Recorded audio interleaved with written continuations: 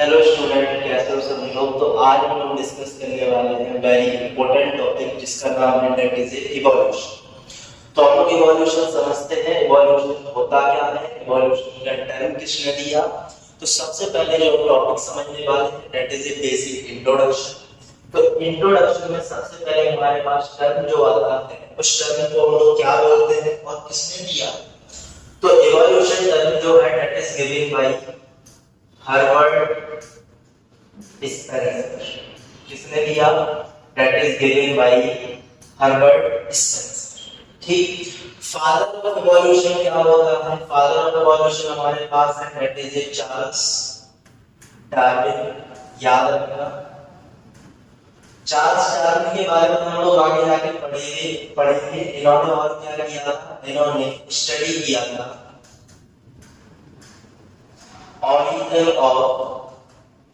origin of species पर, जहां पे इन्हें बताया था सर्वाइवल ऑफ द फिटेस्ट के बारे में।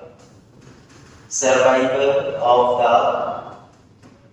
फिटेस्ट ये इनका थ्योरी, ठीक है, जिसके बारे में हम लोग आगे जाकर डिस्कस करने वाले हैं। मतलब इन्होंने इस सर्वाइवल ऑफ द फिटेस्ट से मतलब क्या था, इसका मींस था कि वही स्पीशीज सर्वाइव करेगा जो जितनी ज्यादा प्रोजेनी प्रोड्यूस करे, ठीक है। तो ये इनका यहाँ पे थ्योरी था जिसको आपको याद रखना, ठीक है। इसको हम लोग डार्विन थ्योरी भी बोलते हैं। क्या बोलते हैं?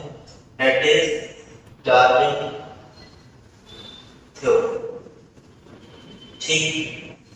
इस चीज को आपको यहाँ पे अच्छे से याद रखना और डिटेल में हम लोग इसको आगे जाके पढ़ने वाले। इसके बाद हमारे पास नेक्स्ट जो पॉइंट आता है जिसको हम लोग बोलते हैं दैट इज ए डेफिनेशन। तो डेफिनेशन है क्या? तो हम लोग देखते हैं इवोल्यूशन ऑफ अर्थ। यहाँ पे हम लोग बात करते हैं डेफिनेशन में evolution of life form on earth. इसको हम लोग बोल देते हैं दैट इज ए इवोल्यूशन। तो इवोल्यूशन क्या है? जो यहाँ पे ग्रेजुअल चेंजेस हो रहे हैं, ग्रेजुअल चेंजेस। कौन से gradual changes? Of flora and fauna. Flora and fauna, ठीक है। इसी को हम लोग क्या बोल देते हैं? इसी को हम लोग बोल देते हैं दैट इज ए इवोल्यूशन। ठीक, इस चीज को आपको यहाँ पे याद रखना पड़ेगा क्योंकि यहाँ से क्वेश्चन आते हैं, ठीक है, यहाँ से क्वेश्चन आते हैं, ठीक। Flora and fauna. अच्छा ये बताओगे फ्लोरा क्या होता है और फौना क्या होता है? फ्लोरा वर्ड हम लोग यूज करते हैं फॉर द फ्लावर और प्लांट्स और फौना वर्ड हम लोग यूज करते हैं फॉर एनिमल्स। इसके लिए यूज करते हैं, इसको हम लोग यूज करते हैं फॉर एनिमल्स और इस वर्ड का हम लोग यूज करते हैं इसलिए इसका हम लोग यूज करते हैं फॉर प्लांट्स। यहां तक समझ में आया? यहां तक समझ में आया? तो हम लोग इवोल्यूशन के अंदर देख क्या रहे हैं? हम लोग यहाँ पे देख रहे हैं कि किस तरीके से हमारा लाइफ फॉर्म हुआ है अर्थ पे।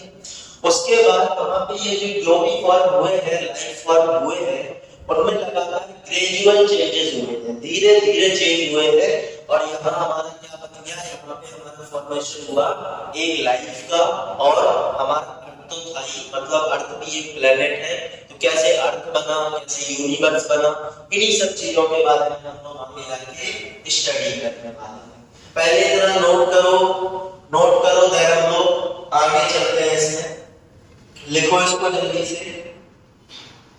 हो गया क्या? हो गया। इसके बाद हम लोग देखते हैं ऑरिजिन ऑफ अर्थ, ठीक है, ऑरिजिन ऑफ अर्थ।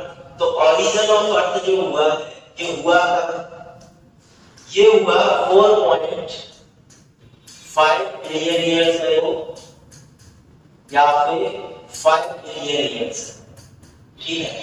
तो अलग अलग जगह पे अलग अलग लिखा हुआ है, आपको इसको याद रख लेना है।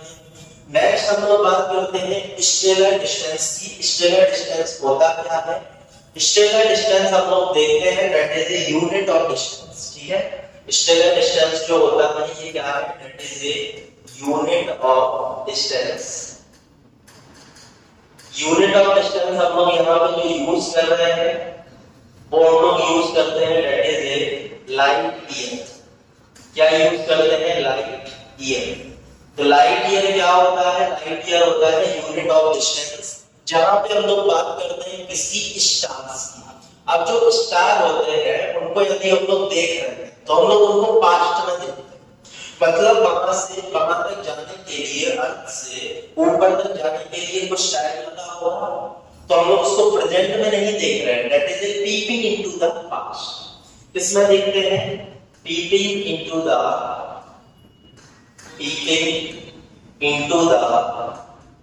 पास्ट। हम लोग उनको पास्ट में देखते हैं, ठीक है, प्रेजेंट में नहीं देखते। इसके बाद हमारे पास आता है दैट इज नेबुलर हाइपोथेसिस। ठीक है, क्या आता है हमारे पास? हमारे पास आता है that is A nebular hypothesis. ठीक है, हमारे पास आता है that is A nebular hypothesis. तो आओ हम थोड़ा सा नेबुलर हाइपोथेसिस के बारे में बात करते हैं। तो नेबुलर हाइपोथेसिस जो हमारा है, इसको देने वाले जो साइंटिस्ट है that is cart and Laplace. Cart and Laplace, ठीक है, इस चीज को यहाँ पे याद रखिएगा। किसने दिया है? That is cart and Laplace. इन्होंने जब दिया था तो वहां पे दो गैसेस भी प्रेजेंट थी। हमारा एक तो था हीलियम और वहां पे था हाइड्रोजन। दो गैसेस यहाँ पे प्रेजेंट थी और इन्होंने भी आगे जाके बताया था that is A origin of earth. बताया था that is A origin of earth, कि हमारा अर्थ कब फॉर्म हुआ है। ठीक है, क्या बताया था? कि हमारा अर्थ कब फॉर्म हुआ है। इस चीज को आपको यहाँ पे याद रखना पड़ेगा क्योंकि यहाँ से क्वेश्चन बनते हैं। ठीक, तो हमारा जो अर्थ था अभी हम लोग जान चुके हैं कब बना हुआ।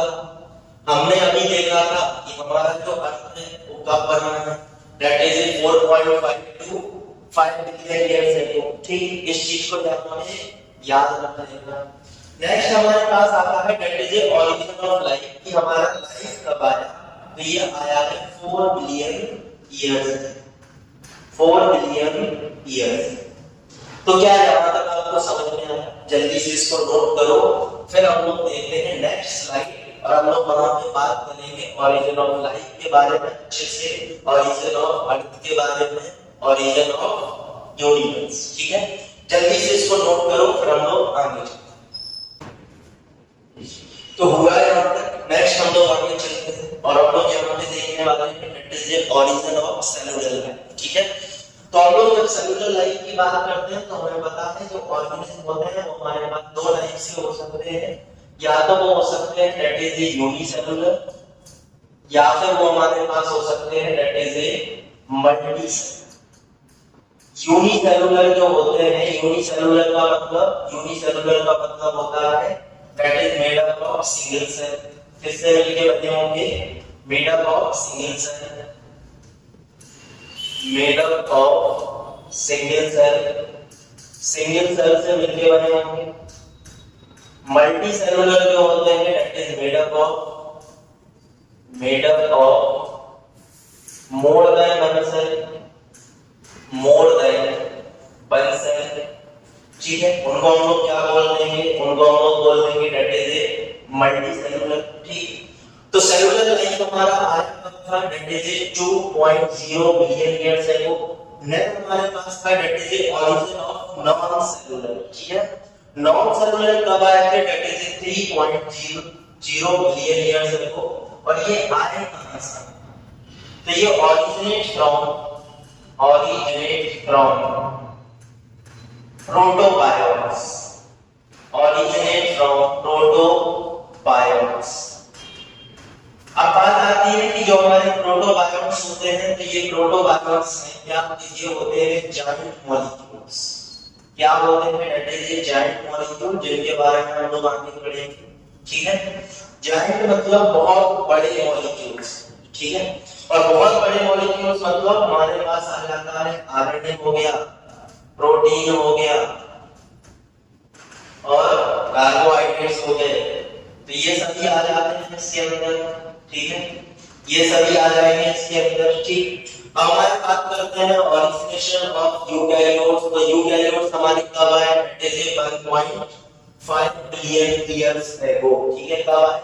1.5 बिलियन ईयर्स एगो। इस चीज को याद रखना, इतना नोट करो, देन हम लोग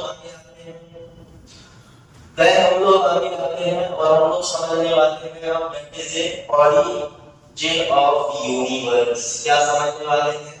That is a origin of universe। Universe का ओरिजिनेशन कब हुआ, ठीक है, origin of universe। आइए इसको एक बार समझते हैं, ठीक। सबसे पहले जब हम लोग बात करते हैं कि यूनिवर्स होता क्या है, इसके बारे में थोड़ा सा जानते हैं, ठीक। तो वैसे अगर हम लोग बात करें ओरिजिनेशन हुआ कब है, that is 2.0 billion years ago, ठीक। यूनिवर्स है क्या? यूनिवर्स में that is A group of galaxies, जहां पे बहुत सारी गैलेक्सीज होते हैं, उसी को ही हम लोग क्या बोलते हैं, दैट इज ए यूनिवर्स। अब बात आती है कि हमारा जो यूनिवर्स है उसमें गैलेक्सी तो है, लेकिन गैलेक्सी किन चीज से मिलके बने, ठीक है, गैलेक्सी किन चीज से मिलके बने होते हैं, उस चीज के हमें बारे में जानना है, ठीक है। तो हम लोग इसको क्या बोल देते हैं, that is use clusters of galaxies, use cluster of galaxies, ठीक है। अब यहाँ पे एक और पॉइंट आ गया कि भैया गैलेक्सीज क्या है, ये गैलेक्सीज क्या होते हैं। तो हमने बताया that contain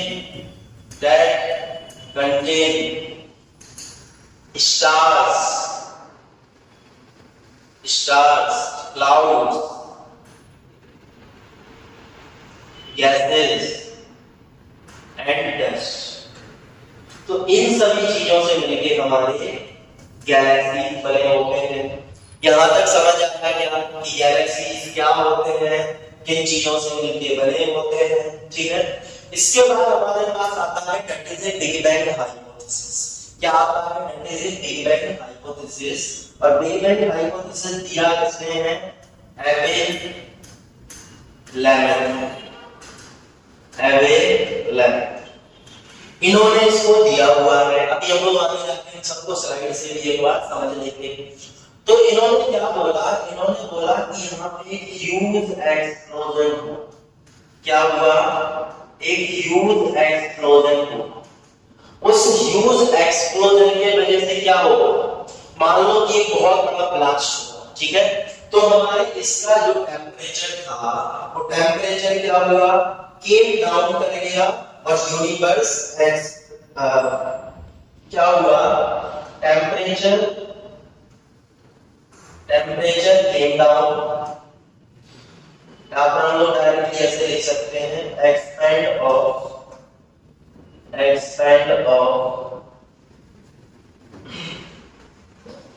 atmosphere and came down of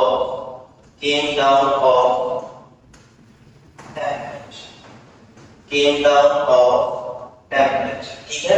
temperature वहां पे केम डाउन कर गया और वहां पे एटमॉस्फेयर जो था वो क्या कर गया? एक्सपेंड कर गया। यूनिवर्स वहां पे एक्सपेंड कर गया, ठीक है, याद रखना। तो हम लोग यहाँ पे एटमॉस्फेयर या फिर इसकी जगह पे यूनिवर्स भी हम लोग लिख सकते। और क्या हुआ? आइए इसको और थोड़ा सा समझते हैं। और क्या हुआ? आइए इसको थोड़ा और समझते हैं हम लोग बिग बैंग हाइपोथेसिस को, ठीक है। इतना समझ में आया। अब यहाँ पे गैसेस कंडेंस थी, गैसेस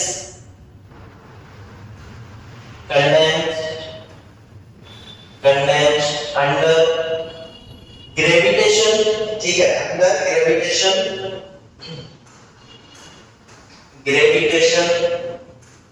एंड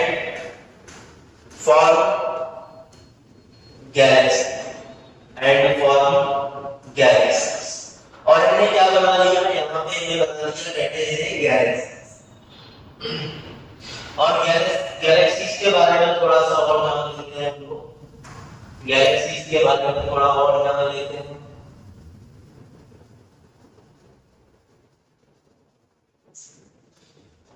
ठीक है, इसको यहाँ पे याद, ये हम लोग बिग बैंग हाइपोथेसिस के बारे में जान रहे हैं। तो लिखना है द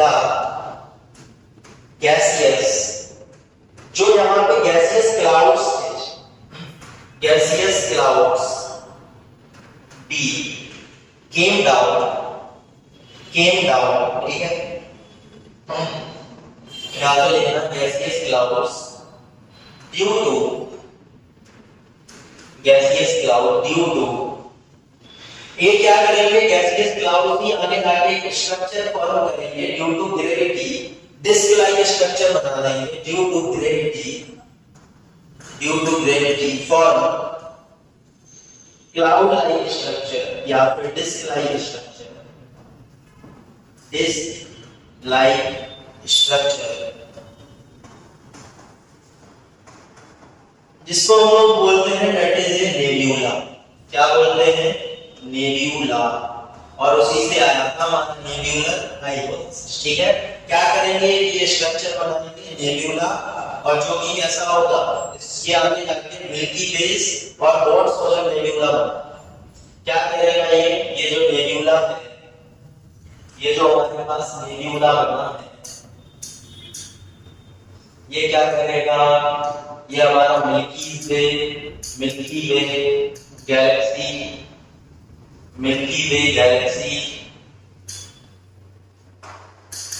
ठीक है, मिल्की वे गैलेक्सी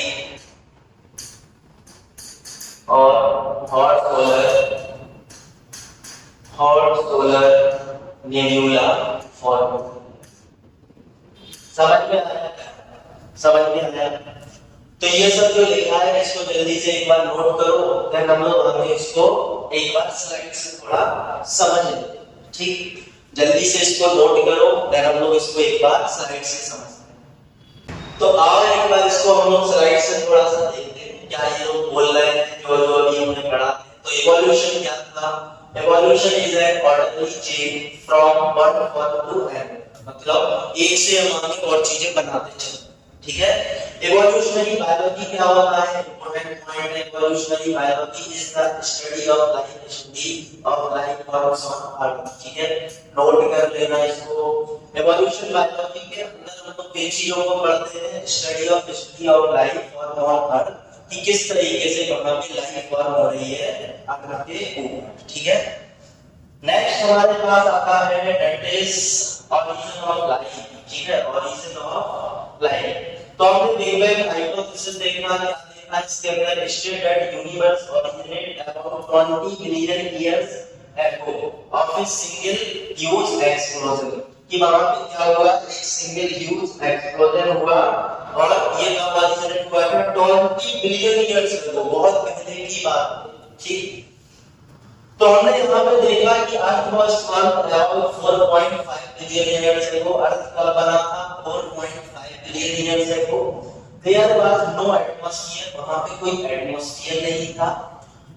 और अर्ली अर्थ की हम बात कर रहे हैं, वहां पे सिर्फ क्या था, वाटर वेपर थे, मीथेन था, कार्बन डाइऑक्साइड था, अमोनिया था, रिलीज फ्रॉम मॉल्टन मास कवर्ड का स्ट्रक्चर, जो इसको कवर्ड कर रहे हैं।